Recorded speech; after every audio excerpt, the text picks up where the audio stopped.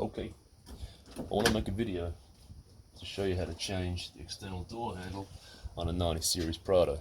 Here's my spare. I'm only making this video because when I went looking for a video to show me how to do it, I couldn't find one. Look at me, I've had this apart already. I need to start pulling those clips off, and that one just clipped in there. Let me put it back in just to show you the process. If I get a screwdriver in there, I'll protect it with a bit of paper towel or something. I found that if I applied pretty even pressure, it just popped out sweet. Now you probably don't need to be shown how to take a door skin off a car, I don't know. I'm just going to go through the process and yaffle away a little bit, so if anyone beginner like me comes along, at least you've seen someone else do it. Now, popping that up at the back was important, and then it kind of slides back, no worries. It comes out pretty gentle, clip at the bottom, and free. That's my power windows. I guess if you've got manual windows, it's going to be a different thing. I've already taken 2 screws, these big Phillips head guys, out of the bottom of the door handle here, so I won't have to do that again. They come out easy, there's no covers over them, nothing big to worry about. Now I should say, while I'm doing this, and I didn't work this out on my own, but I had no idea how to do it. I had a bit of help from some guys on a Facebook page group that I'm part of. And if you've got a 90 series Prado, I really strongly recommend that you get on board with a group called Toyota 90 series Prado Mighty 90s. For years I've owned this car, being a member of that group has saved me a lot of heartache and a lot of money. Now this is probably the first place that I wanted to ask a question. It was removing this little bad boy here. You've got to kind of push it forward. If you do that, it pops out real easy. It just couldn't be simpler. I spent a little bit of time messing around trying to work out how to make it come loose, and I couldn't do it, so glad to have the group there. So I'm going to do that. And I am free with my skin. Whoopsie.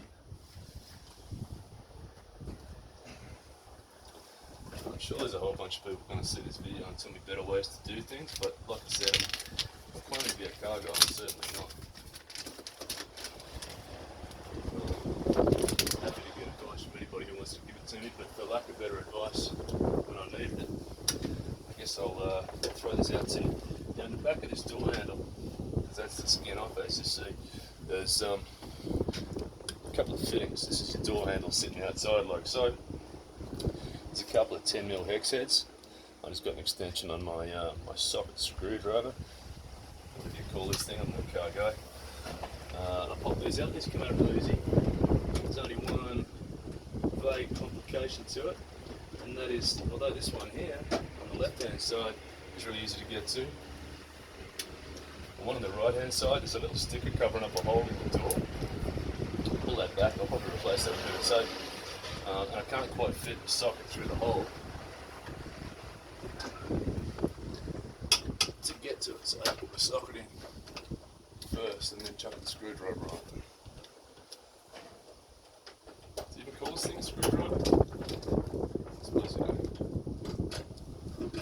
Now, if I drop this screw, it's my intention to make this a 5-minute video, but that video will turn into 40 minutes while I search around the bottom of the door for it, so hey, thankfully I didn't drop that. Okay, now this is the bit that stuffed me up, and you might be in the same boat.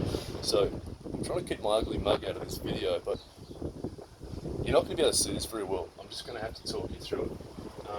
I've tried to get the camera up in there to see for myself what was going on, to no avail. But let me show you this way. So if the door handle fits up inside like so, 2 screws I just took out are here and here. This bad boy up here caused me a problem. So this fits into the door opening mechanism. I don't know what the words are, but this part here is fitted in such a way you can't just pull it out. There's a couple of guys, when I asked this question on the Facebook group, Tony and Mick jumped in and gave me some advice, and between, I guess, the 3 of us, I've made this work. If you just push on this, at least in my case, it wouldn't let go, but it's kind of the right thing to do. What I can do, and I'll show you, the little mechanism it's attached to, if I kind of bend that over and pull it through the hole, I can release the clip on it. So, can't really show you, but you'll get the idea, I hope, from what I'm about to do. My door handle, now that I've got the hexes out, will just pop out.